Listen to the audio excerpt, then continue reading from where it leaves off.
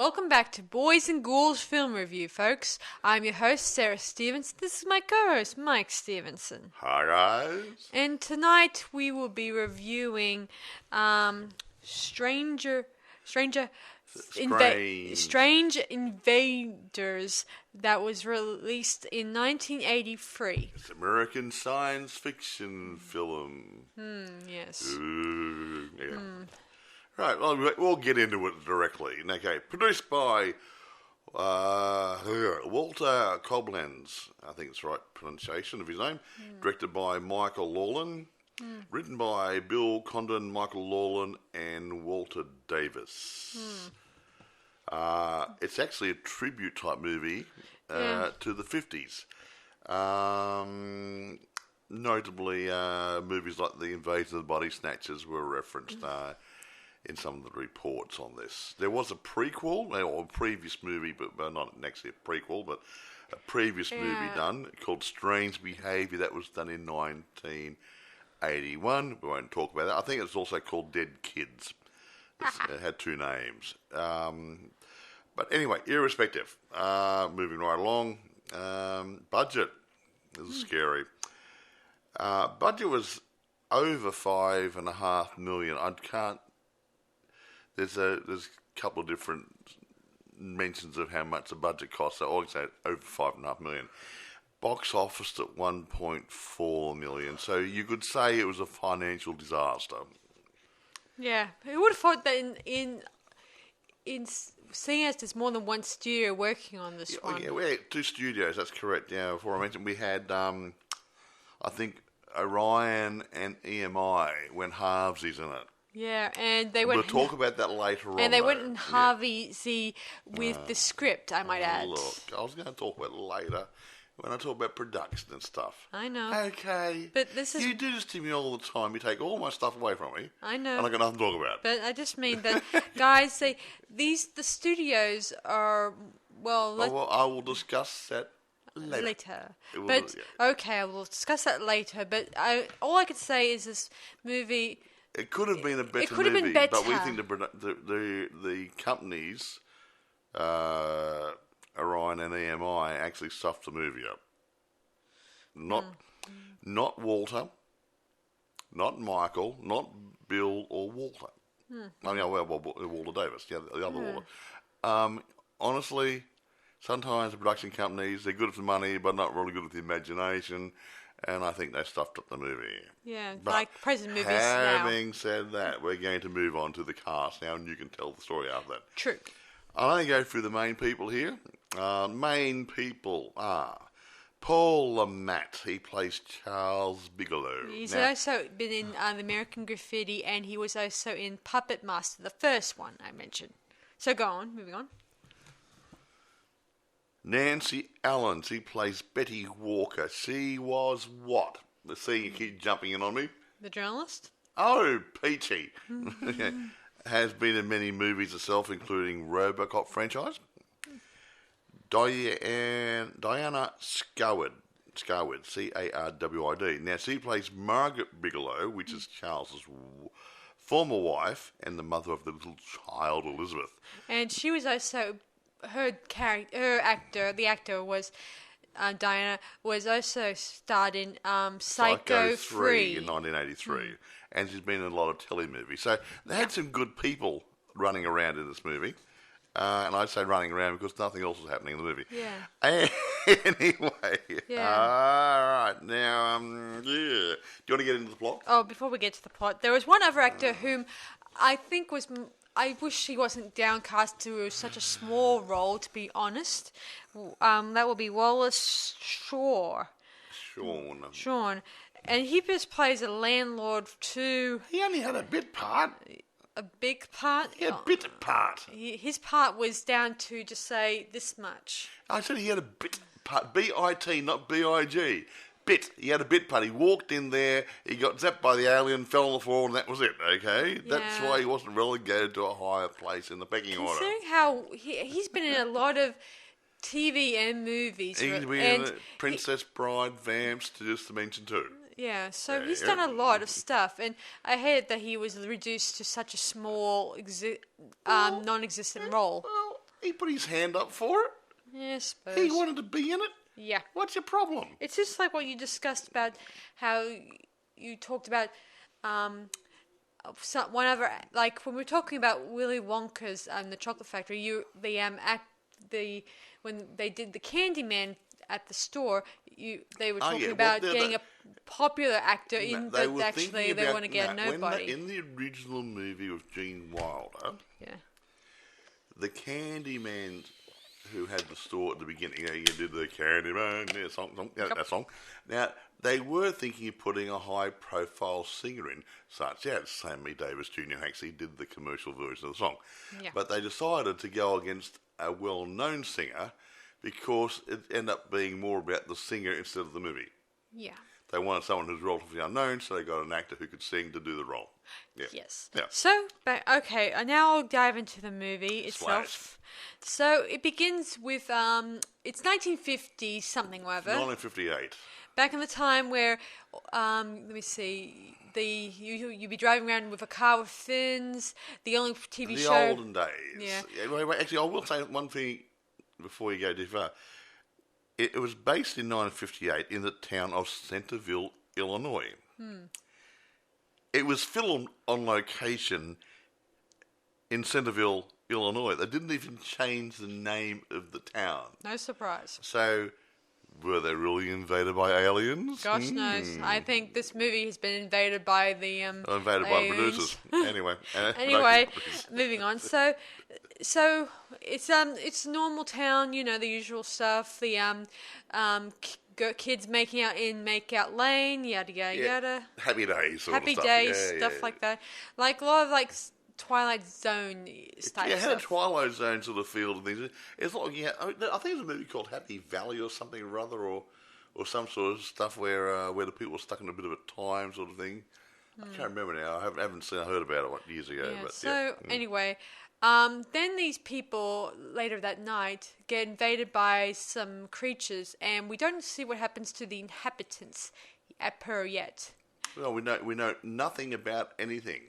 Yeah. All of a sudden, just nothing. Nothing. That's it. And the town later on is still running as normal. And still caught in a bit of a time. What do you call it? Stuck in 1950s. Stuck in time. Yeah, stuck in the 50s. It didn't progress. The building was the same. The clothing was the same. The attitude was the same. The car. Nothing changed. Yeah, and 25 years later, I think it was 20 or 30 years later, I'm not sure. I think it was 25 years later. Yeah. I think, yeah. Yeah, and Professor Bigelow, is it Bigelow? Yeah, Bigelow, yeah. He and his wife have separated. Yeah, and they share custody of the little child, Elizabeth. Yeah, and the mother tells him that you're going to look after her for a couple of days while I'm settling my mother's funeral arrangements. Yeah, so back at Centerville, where she supposedly came from. Yeah, so after a couple of weeks, he grows concerned. Because no contact from Mummy. Yeah, he phones her house a couple of times. In Centerville. And there was no reply or no answer. Oh, no, yeah, her house there, and then he tried to contact Centerville as well. And no one seems to be able to tell her anything. So he gets in the car and does a road trip. Yes, and brings his dog with him. Roof, roof.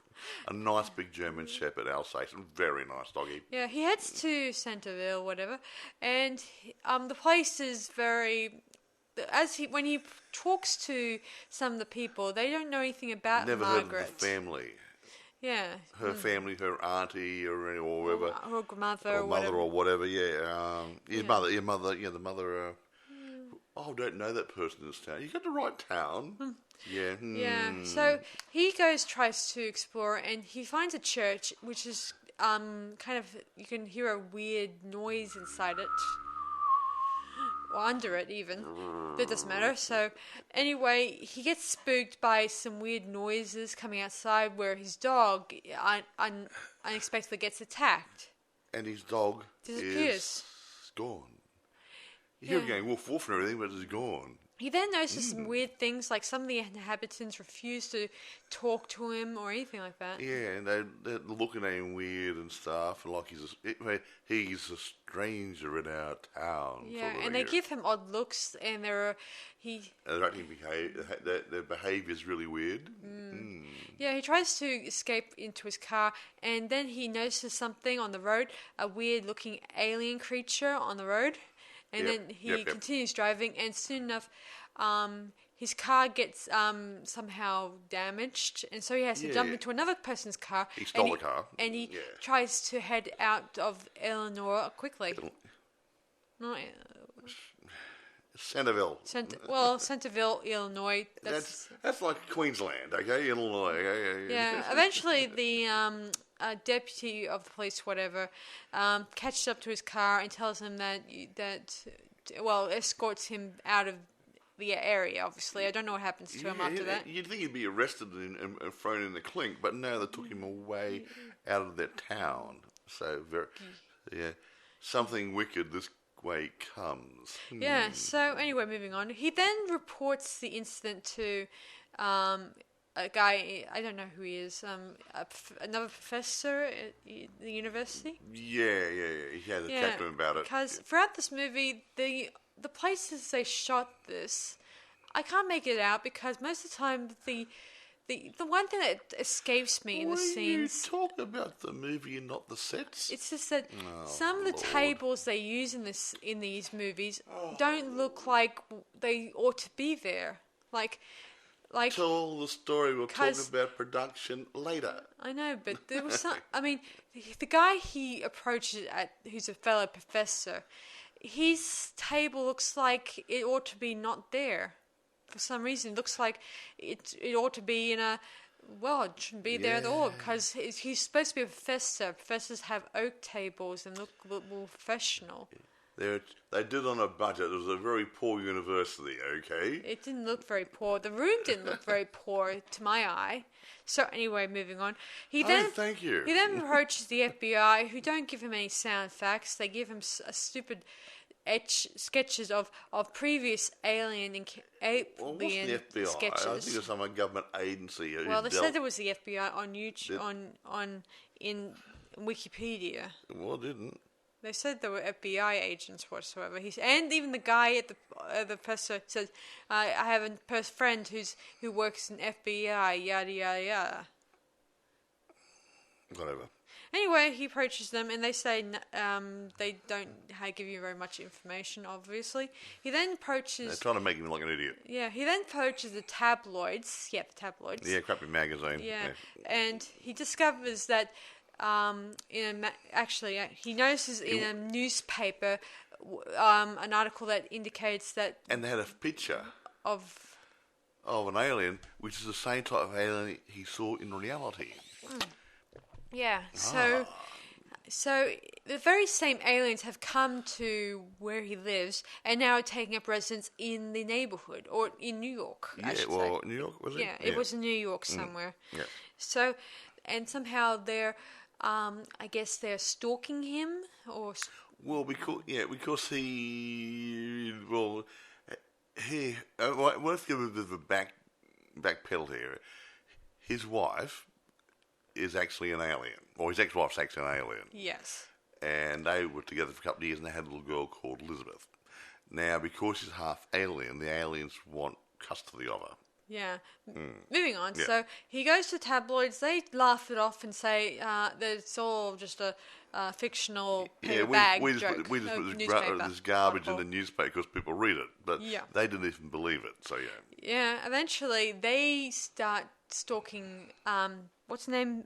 Betty Walker, who's the writer of that very article. Yeah, the journalist or whatever you want to call it. They kill her, or not kill her. I mean, kill her landlord Errol.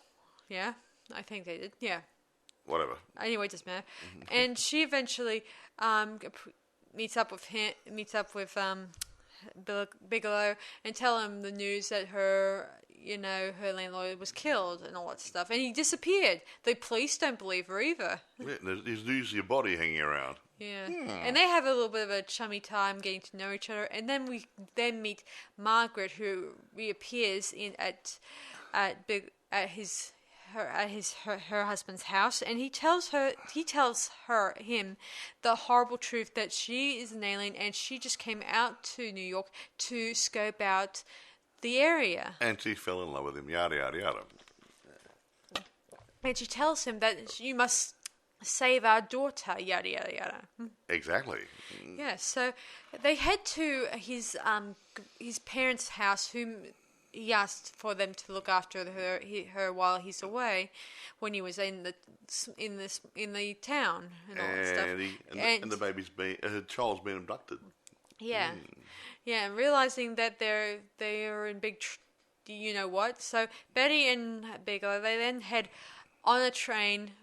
Hard to believe, and then they try to find her final source, who might fill in the final puzzle to what's going on. And I gotta admit, this movie is so long. Let's just move on with it. We'll talk about production later. There were some useless bits I won't mention. Move on to the story. You're losing the people's interest now. Okay. I'm losing my interest already. I'm losing interest in it. That's why I'm bored myself. So anyway, they then meet their source, who's in a mental institute, who tells them that he and his family went on holidays into this town, and while he was exploring the town and goes to the church, he then comes home and comes back to the hotel and finds his wife and his children gone. Well, actually, his son gets his body drained of substance. Everything, and it gets turned into an energy ball. Yeah, in a sphere. And you see three spheres floating in the air, floating towards the church. One's his wife, and the other two are his little kids. Yeah. Anyway, he eventually tries to get away, and eventually he tells the police and anyone, but they think he's another a crackpot or anything. Lock him up in an asylum and throw away the key. Yeah. Now they know that side of the truth, so they then head out, and eventually our escaped loony decides to come with them to help them out as much as he can. Yeah. Mm-hmm. So he wasn't really a loony after all, was he, folks? Yeah. He then jumps into he unknowingly jumps into their car, obviously, and heads down to the town, obviously. Yeah, they go driving back to Centerville. Yeah, and when they get on the border of Centerville, some of the agents are there, and the lady agent tells them that they negotiate with the aliens and they're going to leave. But everything's been fixed up. You don't need to go in now. Go away. Yes, and we wonder what kind of terms have they arranged. I don't know, but I don't know the terms.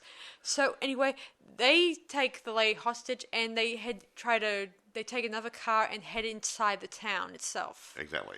Eventually, they then arrange a plan, or I'm not sure, to be honest. They decide to sneak inside the town. They then find Elizabeth in probably the motel where her dad stayed at. I think. I can't be sure. I think it was motel, yeah.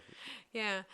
While outside the motel, Margaret tries to tell her people, alien people, to not take her daughter away to wherever they were going to go to. Going home. Like E.T. went home, they wanted to go home too. Yeah, and they want to take Elizabeth with them. Which is a half caste, isn't he? He's half alien, half earthling, human being, whatever. Human being, yeah. That's whatever. better. Yeah. Anyway, eventually, both Bigelow and Betty get caught by these alien guys, and they attempt to take them to the church thingy. Of course, when we get there, we find out what the aliens planned. They want to take Elizabeth back to their world and all that stuff. We don't know totally why, but yeah, we don't know either. Eventually, Bigelow breaks up. Elizabeth doesn't want to go. Obviously, she wants to stay on Earth with her dad and all that stuff. And her mum, Mrs. Bigelow, Margaret, says, "Use the power I taught you." Yeah, remember? She uses her power that her mother taught her. Yeah, she got some sort of laser power, just like all the other ones. Yeah, and both Elizabeth and Bigelow, they jump off the the spaceship before it starts heading off. Yeah, and they run away. Eventually, the orbs of the other inhabitants of the town soon come back onto the Earth, and they soon enough change back into humans. Exactly right, into what they were supposed to be, but without aging, because the guy whose family disappeared so many years earlier, the nutcase guy, they were the same age they were when they disappeared, and he was a tad older. Yeah, Yeah. whitish hair and everything. Yeah. Yeah, and of course Betty is alive. I don't think I ever saw her turn into a blue orb. I don't think, which was not really important. And She must have, because he ended up in the tree, and remember? Earl was alive, which is a bit strange to me because he was zapped by the alien's ray of where it came from. Everybody was zapped, but they were taken back to the township. Yeah, so yeah. And of course the agents arrive and saying, "Keep calm, everyone. There's nothing to worry Nothing about." to see here. and Go all that home, stuff. folks. Yeah. And all the townsfolk who'd used to live there all came back. and the dog returns and to the dog appeared. And then it's happily ever after. And No. as the ship heads away, Elizabeth tells her dad, "Don't worry, she'll come back One day. one day." You know, lovely. And Kitty's always optimistic. and Yeah. the end. Yay, that bloody time. No. Yeah. I know it sounds you might think, I almost wish there was a little bit more excitement in this movie. Well, that's what we both agreed on. We're not trolls, okay? We're not gonna bag it too much. Yeah. However, The only thing I can praise this movie for is its special effects and its makeup job. yeah, the makeup guy was actually hamstrung a little bit a couple of times during the movie as well. And he was getting annoyed with it. But the biggest problem is Orion and EMI went halvesies in the financing the deal, and they got the producer director guys to change the script around, and they took some bits out and changed things here. And I think they lost the plot somewhere along the line when they were doing the rewrites. Yeah. Because they wrote it to satisfy EMI and Orion instead of telling a good story. And that's why I think it lacks something. Yeah. Some of the dynamics isn't there. The atmosphere isn't there. The people are reciting their lines. Not there. But there doesn't be too much emotion behind the lines. They're just going through the motions. Yeah. And it's sad because it could have been a better movie. Yeah, most of the scenes were.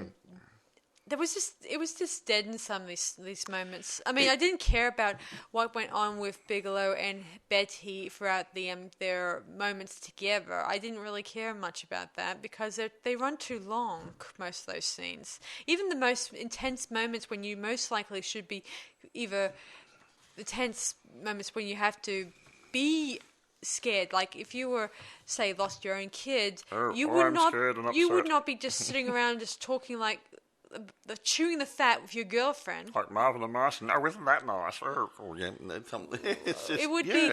This would be a most intense moment. It's your. I mean, if it was with your own daughter, you'd be scared. You'd be agitated. You'd be agitated. You'd be on the edge of your seat. Yeah. Will you ever see her again? End, he's just going, "Oh, this is a bad situation, isn't it?" Yeah. Yes, it is. Yeah. It's very good. Sometimes it made me think of. I think the scariest part was the dialogue. Oh, yeah. Yeah, most of the other movies I've ever watched that dealt with alien abductions or aliens taking over other human beings, it kind of left it...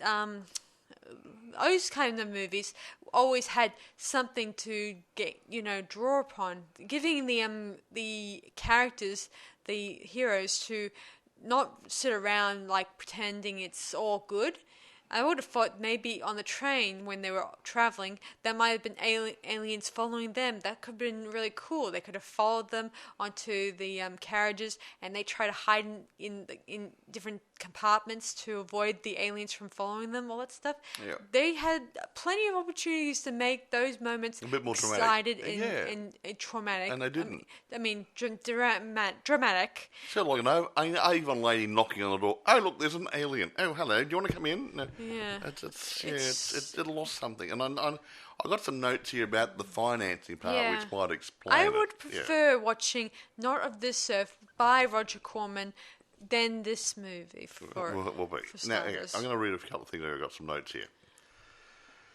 Okay. No. Okay, like I said, Orion and EMI got involved in this for the financing aspect. Now, as part of the financing deal, Orion and EMI demanded several script changes, and they found it difficult to do. Yeah, the writers, Condon and Lawland found it a little bit difficult. Okay, I bet. But they also influenced and reduced the film's scope. For example, in the original script, the American government was a much bigger threat. Cool. It almost disappeared totally, with a big sequence taking place at an Air Force base. That would be cool. That wasn't there. These changes bothered Lawland because they resulted in a lack of well-defined middle section in the script, which is what we noticed when we watched the movie. There's just like once upon a time, there's three bears. Goldilocks came to the house and lived happily ever after. And you're going, well, where's the dynamics? Where's the suspense? Where's the action? Nothing was in there. Yeah. And they had the same problem. Purely because we would say Orion Pictures and EMI stuck their beaks in a little bit too much. Yeah, I would not have allowed them to do that. Well, can I say shit happens? Yeah. I guess you can. Shit happens. What's the other problem that they did wrong? I think, honestly, to me, I don't think they made a total commitment to how they're going to do the movie. Was it a parody? Was it a tribute? I don't think they really sat down and had the right direction when they wrote the script. They wrote the script without a focus. Or maybe the EMI bit and the Orion bit stuffed it up so much they got no idea. They lost the track. I don't know. Something went wrong because it was neither to me. It wasn't funny like a parody should be, and it didn't come out much like a tribute because it didn't have that same feel as the original type movies I'm trying to emulate. So I don't know if it's Yeah, I just wouldn't mind a little bit more suspense and thriller stuff. Yeah, and just had nothing. Well, here's something too. On the positive side, the Condon and Lawland created a visual plan in advance and helped them to shoot the film in only 5 weeks. So when you look at forgetting the script and everything, the continuity, the filming, the direction, even though it was lacking in a few things, the project was good, but just lacking those key elements. They did a good job in 5 weeks, but they could have done a lot better with the dialogue and the feeling of the matter. Now, so getting back to a few things, Orion and EMI suggested, drum roll please, that Mel Gibson and Powers Booth play in the movie instead of I'll say Matt and the other lady, Nancy, is it? And for some reason, I don't know why they chose Paul Lamont for, but he was well known. He did a good job considering. Yeah. But they got a note here. He had a Joel McRae quality, whatever that's supposed to mean. I know Joel McRae, but. Here's something. For the role of Betty, Lawland wanted an actress from New York and not someone from California trying to sound like they come from New York. So, I mean, reality works, you know. You're kidding me, right? Well, you get a movie sometimes they put an Australian in an American movie or a British movie or whatever, and they get a local person to try put an Australian accent. Australians talk like Australians. It's no good me putting on an American accent and pretending to be an American because I don't sound like an American. So yeah. I'm never worried about Cal. No, different accent. No, across the country, they say words a bit different. I see. Yeah, it's all like going down south there. They got a southern twang they get down there. Yeah. The people up on the north side don't talk that way. I suppose. Yeah. They were trying to keep a bit of realism going through there, which is a credit. But it just... Yeah, kind of... the dead bits didn't work for me really well. There's too many dead bits and it meandered like a molasses river. How's that? Yeah. I'm sorry, and I'm not trying to run down the producer and director. They worked hard on this in the previous movie. Yeah. But I think, again, as I said, Orion and EMI stuffed up the production so they couldn't make the movie they wanted to make. That's it. I mean, they should have been more intense when it got close to the most terrifying bits. Like there's no build up. There was no real climax. Yeah. There was an ending. It told a story, but there was no. The climax was like, they're the aliens are standing there. Oh, peachy. There is that was about it. There is just no explanation why they wanted Elizabeth so badly. Well, there was no explanation why they were there. We came here. Our studies are complete.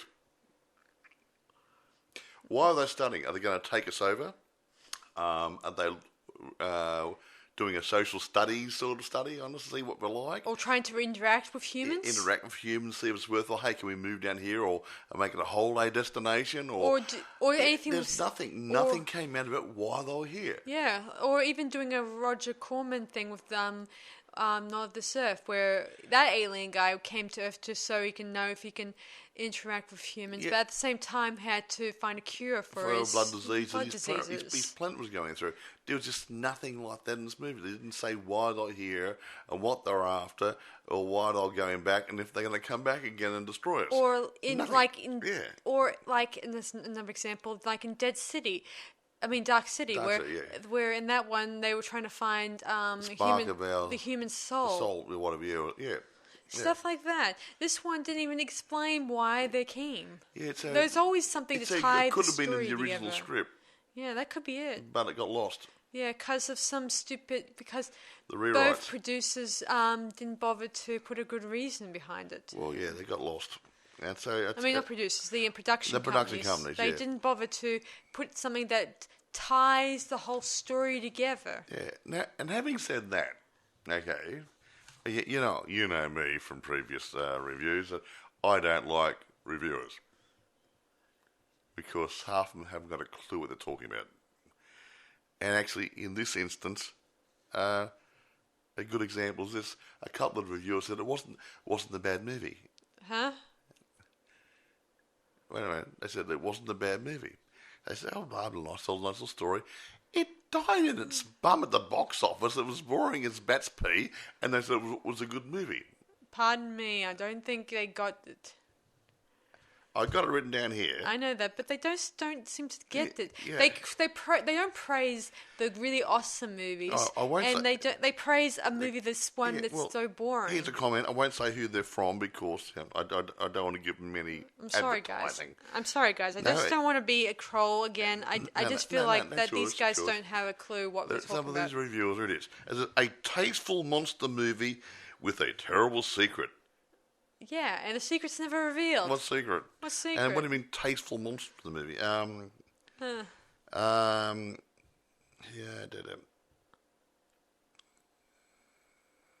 Here, hovering unclassifiably between nostalgia and satire, this amiably hip genre movie confirms Nolan as a deliberately minor but unique stylist. They're saying he did a really good job, and it's a hip genre movie.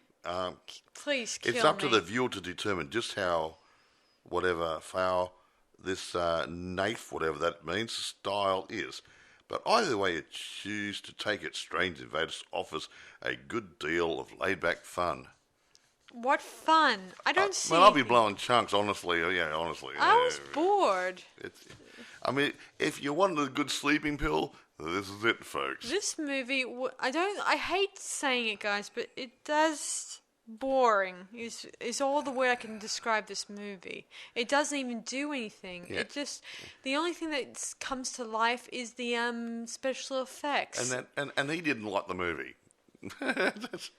Yet these reviews keep saying, "Oh, how wonderful it is! Wait a minute. Oh, great!" Now I've got two which aren't quite so favourable. Okay, really? Strange Invaders is a pastiche, whatever, a film school jumble of aphorisms and winks at the audience that are neither as knowing nor amusing as they are meant to be. Oh, which finally, means someone with brains. yeah. So they weren't very happy with the movie. Which review was this one from? No, I'm not saying who they are. So Okay.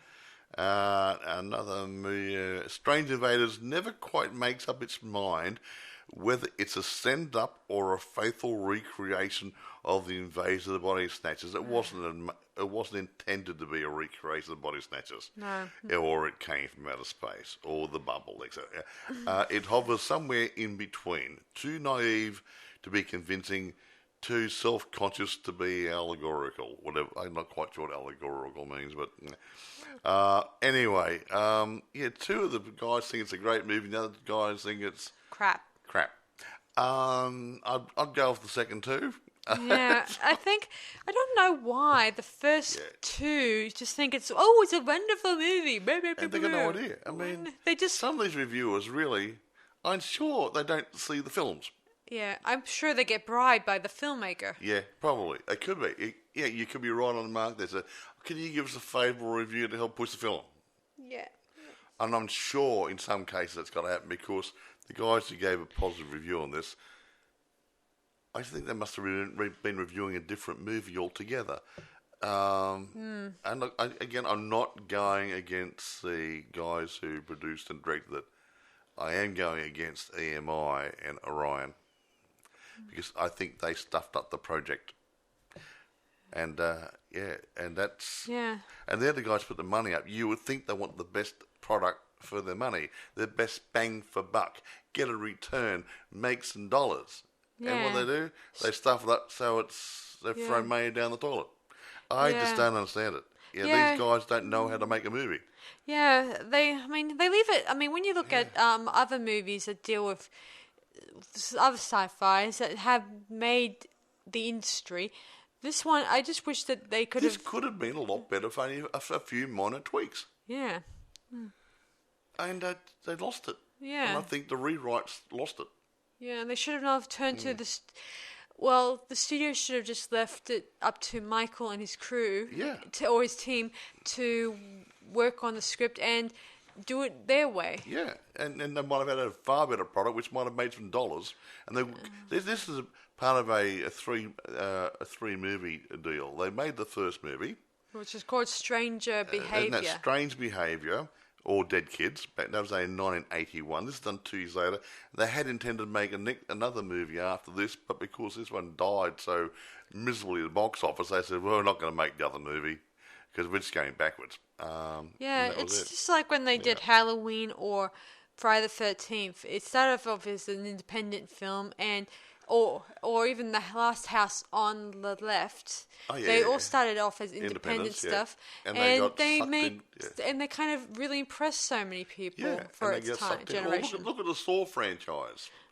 That was done as pretty much a student film here in Australia, about 10 or 15 minutes of student film. And they used that to sort of float it through to the production houses with a synopsis and everything. And it was taken on, was it Grindhouse or who took them on? I can't remember which studio production company. Lionsgate or somebody took them on there. Lionsgate. And they made a dirty, great franchise out of what, 7 films, 8 films? Well, it's pretty much, I think it's about 8 or... Yeah, whatever. And they made a lot of money out of it from a fresh idea, and they let the guys, James Wan, run with it. And I think he did the first couple of movies and moved away. Yeah. But they let him do the movie. Yeah. Another interesting thing is the guys that... let me see. This was considered a tribute movie a tribute movie to the 50s style. But I've looked at a number of tribute movies. The ones that I've done, most of my friends have done tribute movies, like my friend Joshua Kennedy and another one who does the Never Hike Alone, which is a Friday the 13th fan film. And they're much more better adapt to telling a story about this stuff. And they're really good. I mean, Joshua Kennedy, Joshua appears to do it on a budget. Yeah. And for what his budget is, he does a reasonably good job. I think he does too. And the guy does the hike alone thingy, whatever. Never hike alone. What's his name? Is it Eugene? What is his name? He got a weird name. I can't remember it. He does a good job. Yeah. He does that Jason Voorhees sort of thing quite nicely, doesn't he? Yeah, I kind of like the whole. Yeah. I like it that independent filmmakers out there, the ones who just Put themselves put out them there. on YouTube, and it's a great storytelling story thing they do mostly. They know how to create a story and entertain the viewers, and at the same time you walk away you're still talking about it. Yeah, and that's it, and that's the ticket for a movie. If you can leave the theatre and do coffee or go home and then have a sit back and talk, and you say, hey, that wasn't a bad movie. Yeah, do you like that bit? And that's your take-home bit. If you're saying, if you can't walk out of the theatre and say that was a waste of $10 or whatever, or $20, you might talk about it, but use a lot of different words. But if you take it home and you talk about it, to me that makes a good movie. Exactly. So I don't know what's Michael I mean, I know it's the production company's a little bit at fault. Look, honestly, I think Walter and Michael may have had a good project in the can, or ready to go into the can, and EMI and Orion stuffed it up on them. Yeah, I think there are several. I wouldn't be. I mean, this is probably the first movie that's the exact opposite to a lot of movies we reviewed so far that are given bad reviews by a number of other film reviewers, and. Well, the other movies that we reviewed that were so grand spanking great, and still paying, a lot of people are buying to this day. Yeah. This movie is doing the exact opposite, yet I don't like the fact that these reviewers gave it such a satisfying review. Two of the viewers have got really no idea what a movie's supposed to be. I don't know what they expected, unless they were paid off by the. I reckon there's a bit of companies. graft and corruption going on. Yeah, give us a good review. We need all the help we can get. I mean, even the major guys who normally show up, like Rotten Tomatoes and Roger Ebert and different guys, I can't even find a review from those guys. They probably thought it was so low, they probably didn't bother to They didn't review. even bother. So, well, maybe it was not on the system anyway. So, anyway, look, irrespective. Availability, if you want to see it. To be honest, I don't. Amazon, it's not rentable. There are a couple for sale. eBay, there's some available for sale. However, there is an animated film of the same name of the same year. Ooh. It is not the same movie. Really? It's called the same thing. It's exactly Strange Invaders 1983 animated. So I don't know whether it's just a fluke, whatever. But it's never because it had Space Invaders stuff in the game back in those days. Yeah, it has been going on a lot. Like you always find a movie that comes at the same time, same year, with the same name, and then it sort of makes it harder to find. And also, there's VHS copies out there. You don't want those. Unless you've got a VHS player. Just today, I was looking up a movie that I hope to review for my next review. Is that available? Do you check? Is this available on YouTube?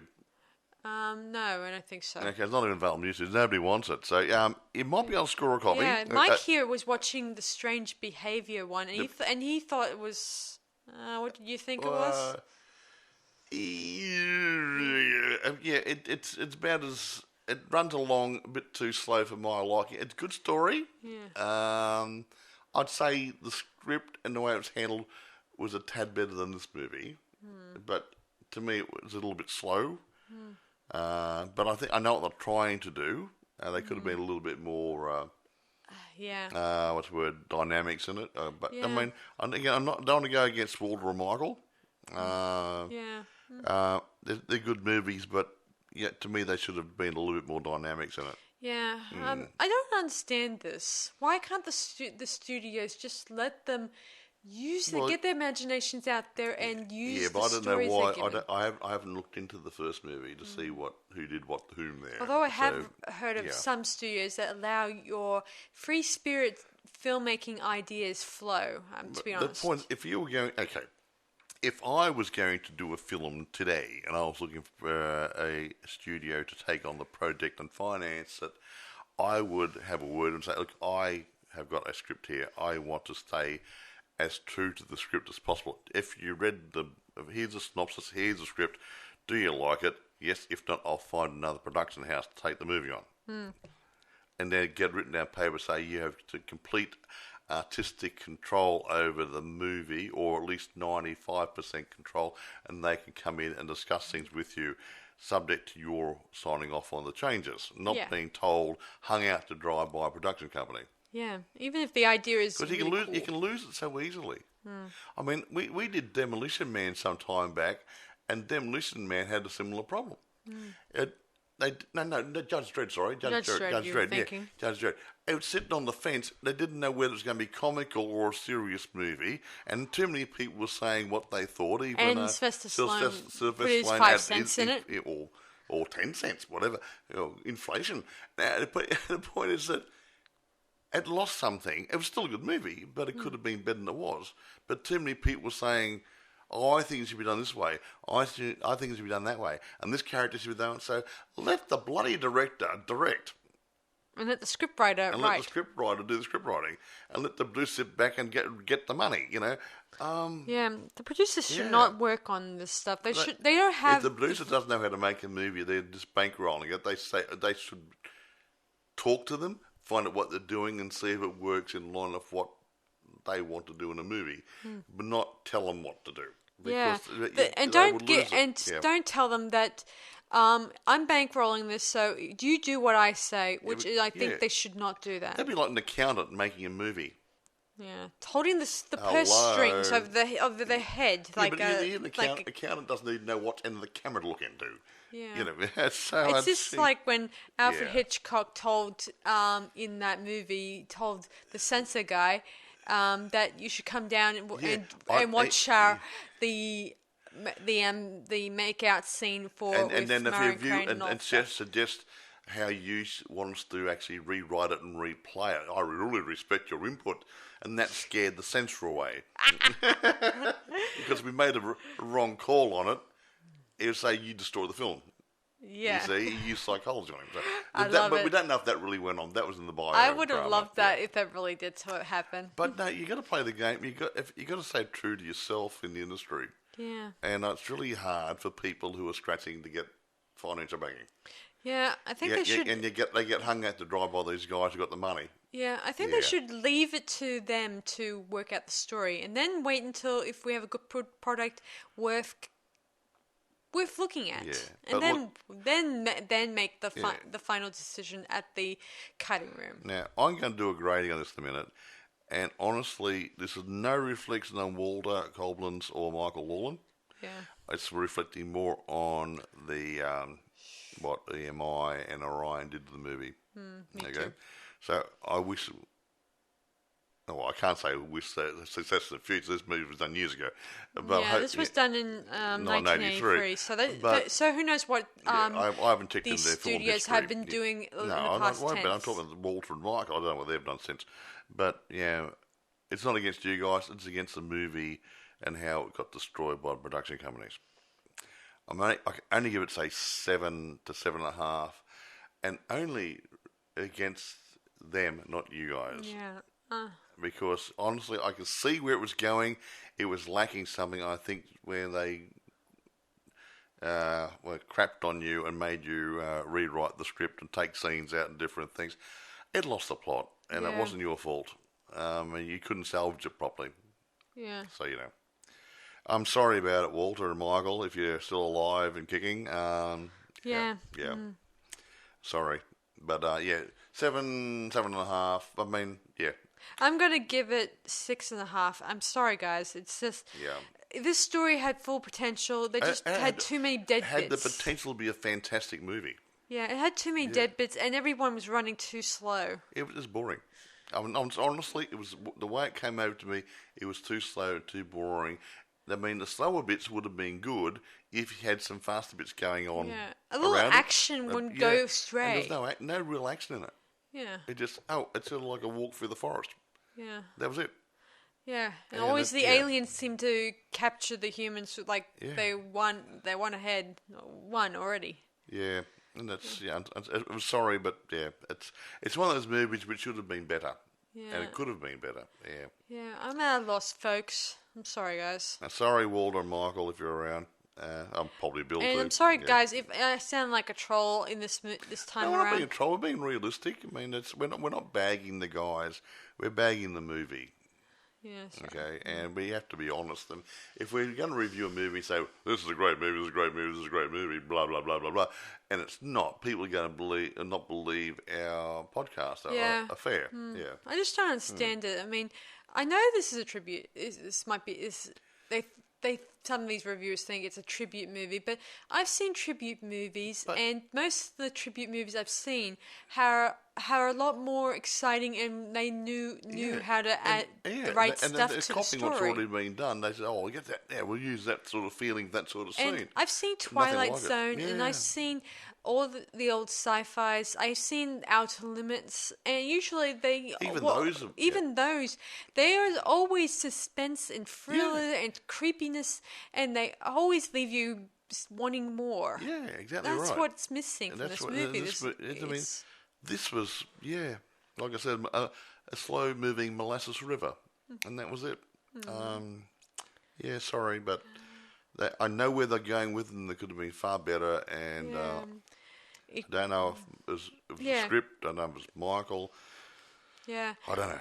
Yeah. But I still think it's got something to do with EMI and Orion. Yeah, there was plenty of bits they could add on, like maybe the bit where they're on the train, they could have made a bit dodged more serious. aliens who were trying to They could have had a bit more of a battle with the aliens in New York City. Yeah. Stalking them and whatever, and maybe build up the suspense there. Yeah. Just Hiding from them, all that stuff. Whatever, yeah.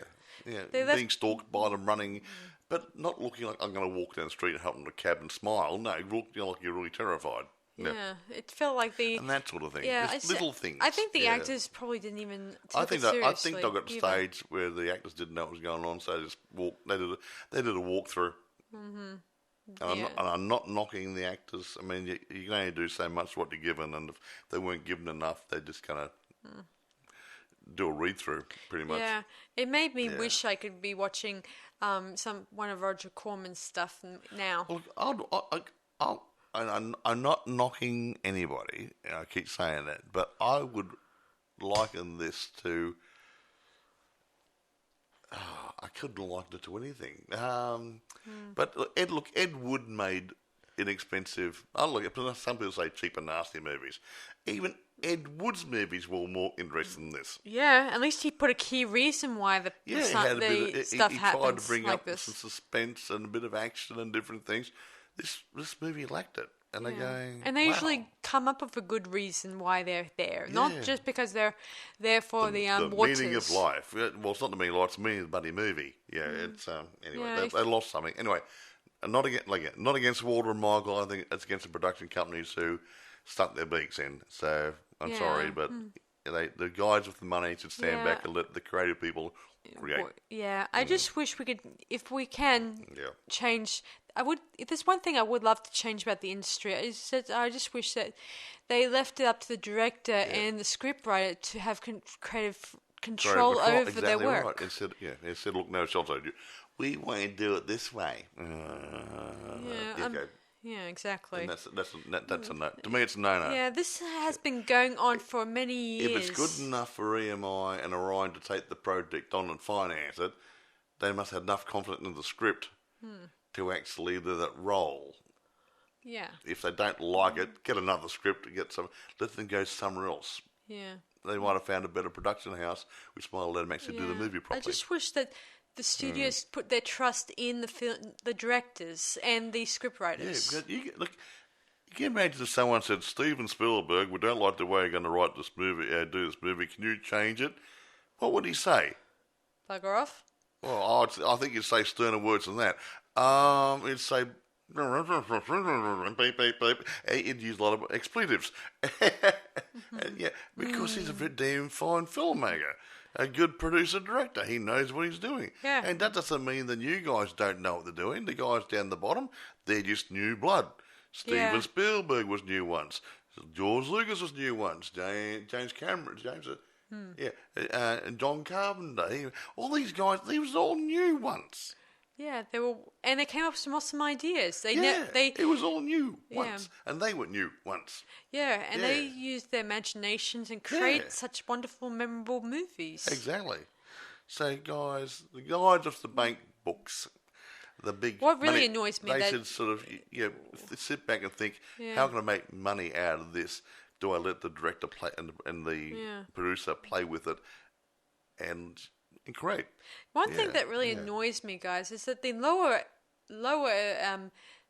latest filmmakers out there, like the one I always keep mentioning too many times in the past. J.J. Abrams and the other guys, they're not where George and Steven Spielberg are at. To be honest. They're good, but they're not. They haven't quite made it yet. They're as far as we're concerned. They're anyway. They're practically governed. They're practically been forced by the producer, the companies to do this. Do it this way. Do it against their will. Yeah, well, not do it against their will. We want it done this way. Okay. I remember when they were doing these films that when they were doing one of the spin-offs for Star Wars, they ended up firing one of the directors and replacing him with someone that's else. happened on different... I think Aliens had the same sort of problem. They're swapping and changing directors over and different things. I just mean I've had something to do with Warner Studios in England or something. Had disputes and crap going on. Just go and make the bloody movie. In this case, I just hated that the way they treat these directors. They may have an awesome idea in the make, but the whoever's holding the purse strings are just giving them a hard time. Yeah. Whoever is giving them a hard time. It could have been the actors giving them a hard time too. It's usually the production companies where and directors and those sort of guys having creational differences. Is it?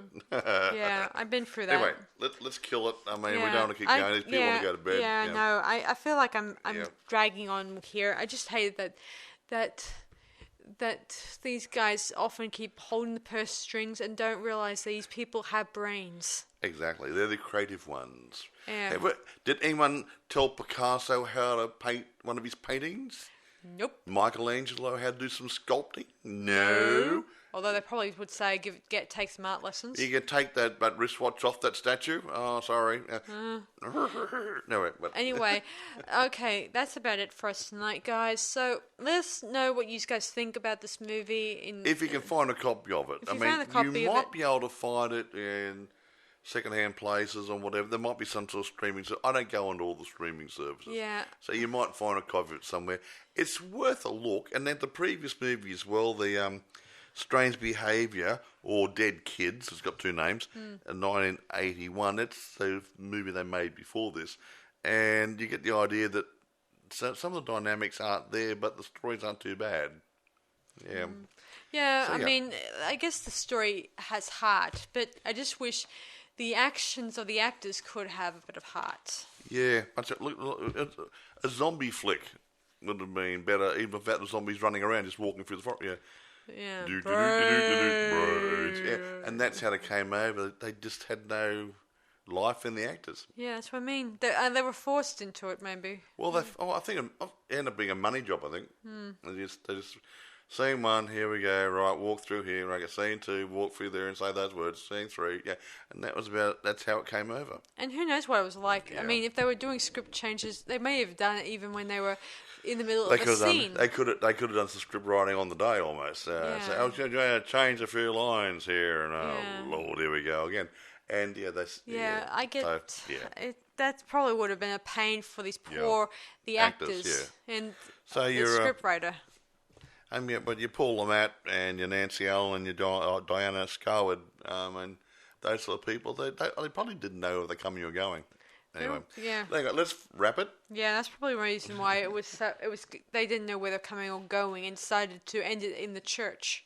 Which I actually like the idea if it ended in an airfield or whatever. That would be cooler. That was supposed to be in the middle of the movie.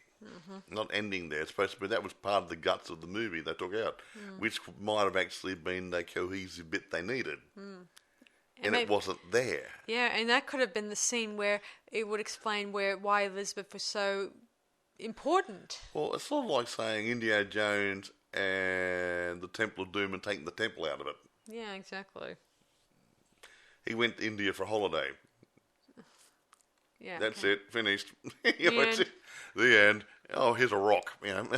Oh yeah. Anyway, so thanks for listening to today's podcast, everyone. Yeah. So I'm sorry if we came off as troll-like. No. The point is, we're not troll. We're not just bagging it. We're doing a post-mortem on it, as saying there are good bits in the movie, but we think it could have been better. And I think we know the reason is obviously they were interfered with. Yeah. By production companies. Yeah. So don't place the blame on the director or the scriptwriter.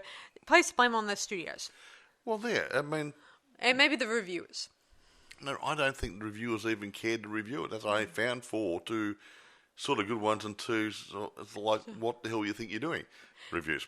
Yeah. Anyway, thanks for listening to this podcast, everyone. So until next time. This is Sarah Stephenson and Michael saying, see you guys around. Bye, guys.